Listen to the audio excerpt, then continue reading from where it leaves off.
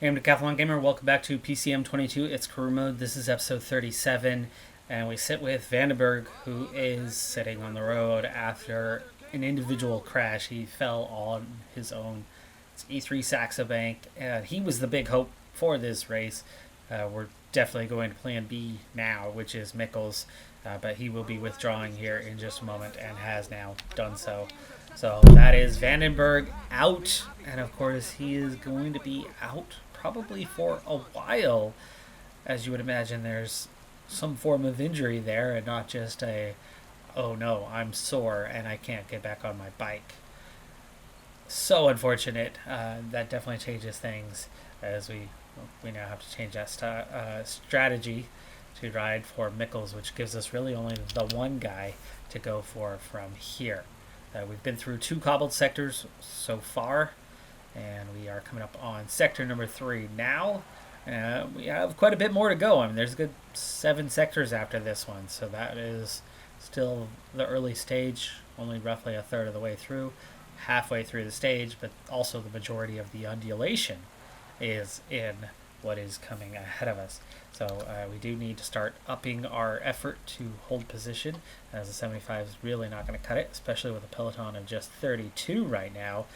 With the big acceleration, you would imagine there's going to be some yo-yoing still. There's going to be a lot of coming back together, but the initial break did not last. We've had a fairly up-tempo, intense race from the very, very beginning, and these 15 guys that are ahead of us that's causing this difficult chase is a new break forming that was just a little too sizable. And as a result, we're seeing the intensity of this race remain very, very high. Mikkels looking okay. Most of the sport guys are looking okay. Panamar and Bausch, the only ones that are looking to be feeling it a bit more. 2 front groups have come back together, and we're starting to come in, pull back some of the other guys. At the moment we're yo-yoing, but as we go over the top, I would imagine that yo-yoing is going to lead to more separation, more gaps here in the near future. That was definitely not a lift in tempo, just stretching things out. As you can see, like Bausch goes backwards and crashes. He just couldn't handle the mountain. He's going to be on his own now. And so that means we are now down to 5. That leaves Huggins alone. That's okay, as Huggins not the one we are worried about. But let's up that effort to 85 now, as we see another big acceleration, and somehow we are drifting back pretty fast. So continue to up that effort. 3-star sector and more climbing to do. Position was restored a little bit there. But you can see Huggins is now the furthest one back of this group, and this time around we hold that front position quite a bit better. Held. Separation happened right there, I think, with Bonneau actually was the first guy that kind of got dropped on that one, but we see more gaps open. Less gaps closing. 47 chasing 25. And that is 3. Now back in contact, so now it's 73 riders at the front. And 10 riders from that little escape group are still away. Now, this is an objective, but it's not a major one. Big acceleration happening there. Top 10 is what we're looking for this one, by the way. We might need to respond as those guys are pulling away. Nope, there's an acceleration. Okay. Not a huge one. But those 4 guys do escape, and at the moment it's just 27 of us chasing. Even if it's not, it's down to 57. Peloton getting smaller and smaller, and effort needs to go higher and higher. Let's get up to a 90 now. Really, really hold that position as best you can, even if it expends some energy. Because hard, cobbled climbs like this, 4 stars, are brutal. And we've got one more coming. Huggins and Panamar get dropped, as they are on that weaker side. Regaining contact here briefly. Let's send Panamar and Huggins forward.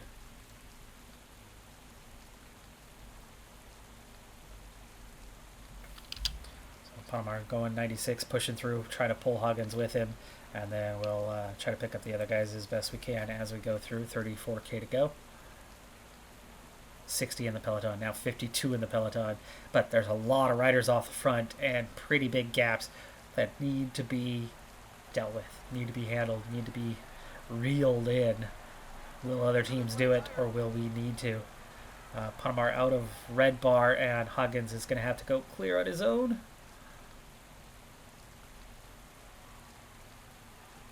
Follow Panamar. Panamar's got that 99 pushing. 6 riders here, as I'm guessing we've got a lot of Vermeersch, the leader, so they're trying to pull him back on their own. So Huggins needs to follow Vermeersch.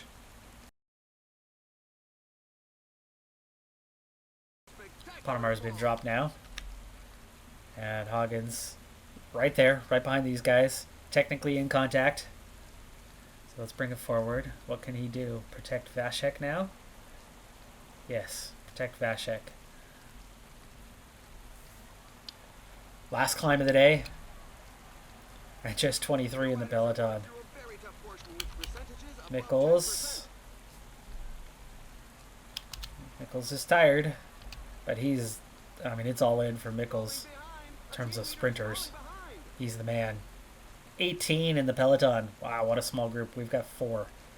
And as long as there's still chase power, let them chase, because they are pulling back the guys out front. We've pulled back 2 so far. 7, 8 riders attack, though, which is going to leave us behind. So Mickles needs to follow Vashek, who's the freshest. Follow Bonneau. Follow Huggins. Huggins needs to gel, and Huggins needs to organize this chase because, yeah, instantly it's not quite there. Ineos doesn't have it. Number 23, whoever that is, Hater, does not have the energy. So that is 12 just ahead of us. That's 13 right here. And then there's 2 more off the front. Huggins is done. So on to Bonneau. It's 17K. We need to make contact with that group. Otherwise, it is race done. But Mickles does not have much. Vashek does. We're going to catch 4 here. But there's still 8 and 2. There's the 2. We've nearly caught them. And we're on to Vashek now. Last little hill. And that's going to be a much smaller group here. Bonneau's done. Huggins is done.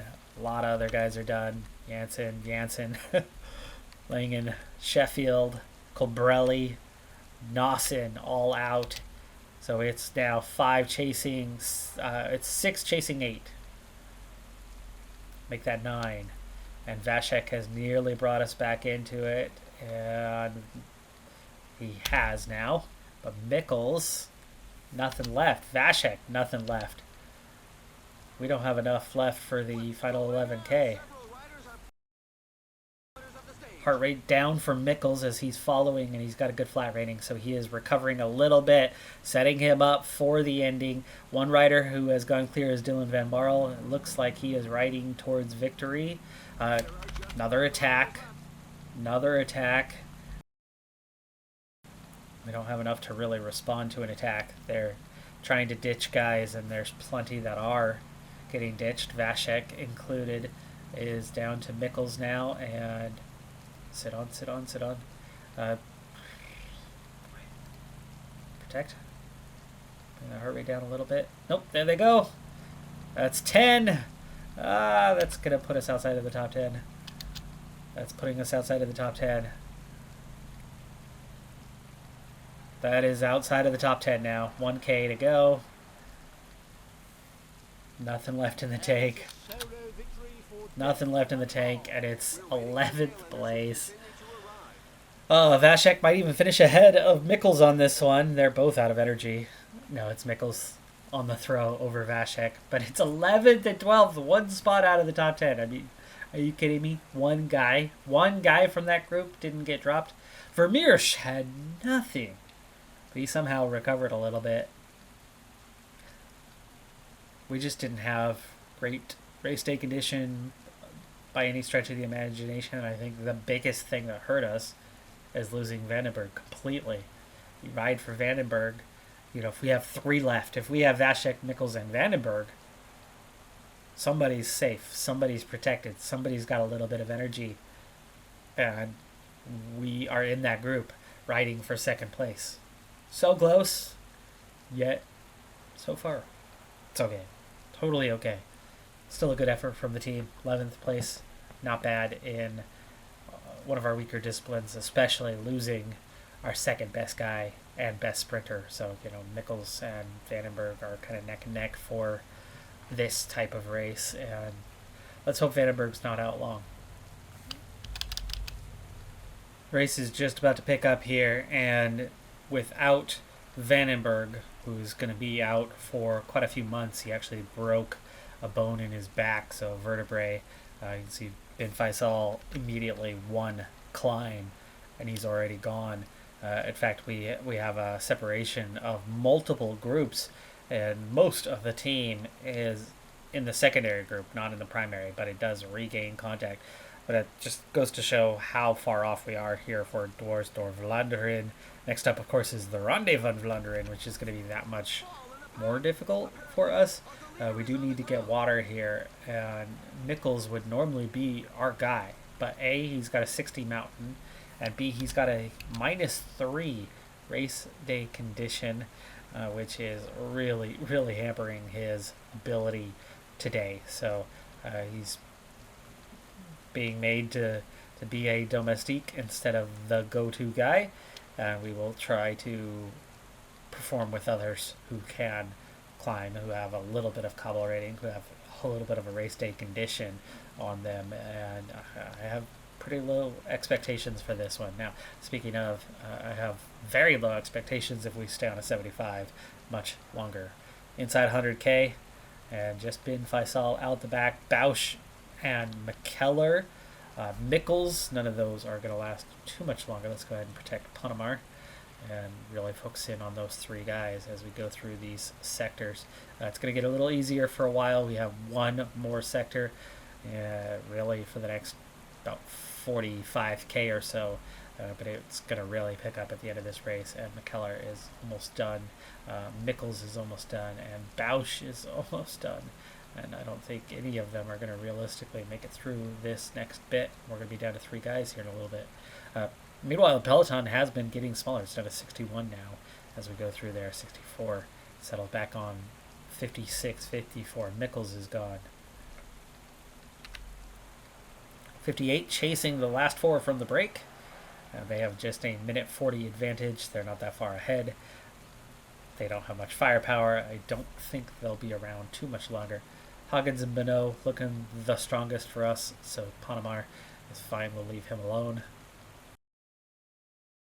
Still a bit of climbing to go, but for a while here it's just going to be simple undulation, though we get an attack by some of the favorites, some of the favorite classics guys, and that's not quite us. We need to be more of the climbing kind of guys. I don't know how well we can finish in this one. We obviously don't have hopes of winning, as Mikkels and Vandenberg are the only sprinters. Hit the wrong button there. There we go. Now we're down to 3. And we're seeing another acceleration with this group getting smaller and smaller. Do we want to protect Bonneau or Huggins? We're talking about 79-79 with a little bit of sprint. They are almost identical in their sprint. We've got a much better cobble rating. So let's go ahead and protect Huggins, who's not as good of a climber. That'll help keep the 2 of them around, but he definitely need a response here. 55 chasing 3. So breakaway is gone, actually. I got reeled in that last little bit. Pulling back 2 of them. Now just 1 rider left off the front. And the decisive part of the race is coming up here shortly. The big climbs, we're going to need to really, really up that effort. Let's get up to about 91. And Panamar, go ahead and gel. This next one's going to hurt, especially with that cobble rating.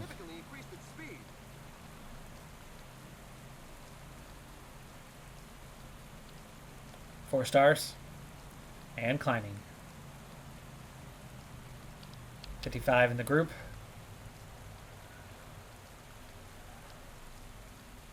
And now 28 in the group. Panamar just hangs on. 25 in the group. And we go again.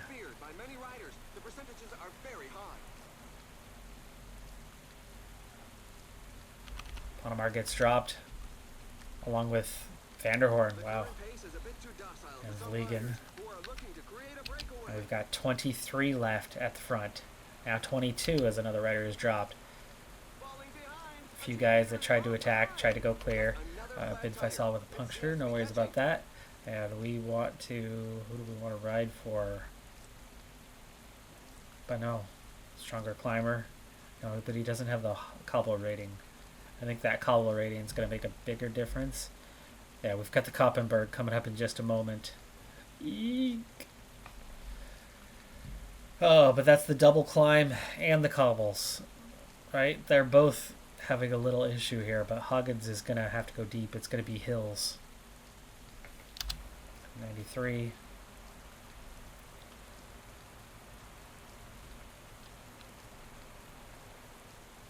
Two riders off the front, 24 chasing. There's your top 26 riders of this race. And now it's 18 chasing 2, 14, 13 now. Ooh, 3 escaped just in front of me. Others will chase it back though. Yeah, and we continue to go through the cobbled sectors with just 18 left in contention, so we're looking good for a top 25 now.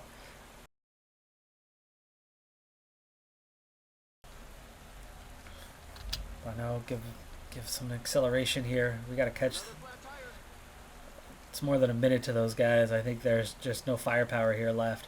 And that split off 3 riders off the back, which is part of what I was going for with that. If we have any chance of catching the front guys, we've got to make a move. But also, we've got to think about the group we're in. It was quite clear that the group was feeling a bit weak. So now we're looking at anywhere between 6th and 14th, is it? 6th and 15th? Huggins, Gel, 12k to go. And the group is shrinking. It's getting smaller. Down to 6. Bano and Decker out. And there goes Van Hooydonk as well. Huggins hanging on. Now into the top 10 he is. And one more rider about to get dropped. It's Ethan Hayter who just won the last one. And we've caught 2 of these front guys. But Huggins does not have a lot of energy left. But we are now looking in a battle for 5th place. Huggins hanging on. Nice if that was a front 3 or 4. It is now. It is a front 4 chasing 3. Okay, front 5. That's okay. 2 more guys dropped. Huggins just hanging on though. So our aim now is to try to get a top 5. As 2 riders attack, 3 riders attack. The other one's going to give what he's got too though and pull it back, so we'll take that ride. Back together. They want to work together, but I don't have the energy. Sorry. 2k to go. Downhill. Come on, Huggins. Can you beat one guy? Nope, but it's a top 10. It's a top 10. Benyan Gourmet took 2nd. Who took 1st? I don't know. Casper Asgreen took 3rd. Huggins grabs 8th. Boolens for the win. Good result. I mean, we just beat Hayter and Kung in that group. Bono grabs 11th for him. Van Hooydonk, Decker. You know what? That was pretty dang good that we got that top 10. All things considered, hanging on for that one. We had no race day condition bonuses. We were missing our best sprinter. Our only sprinter here had a -3 race day condition and is 14 minutes behind the front of the race and still quite a ways away from crossing the finish line. So throw those factors together, and yeah, this feels pretty good. Coming up, a couple big ones. Ronde van Vlaanderen, Paris-Roubaix. Most exciting days of the season, of course. Our team, though, not terribly well built for them. But you're seeing here, we're hanging in there. We're competitive. Let's see if we can get a top 25 for those. I don't know if top 10 is going to be in order, as we're not as good in the cobble rating. We're not as good combination-wise. Though, you know, Bano and Huggins did pretty okay. Automar did pretty okay today. That is going to do it for this episode, though. I'm Decathlon Gamer. Like, comment, subscribe. See you next time. Have a good one. Be safe out there. Bye for now.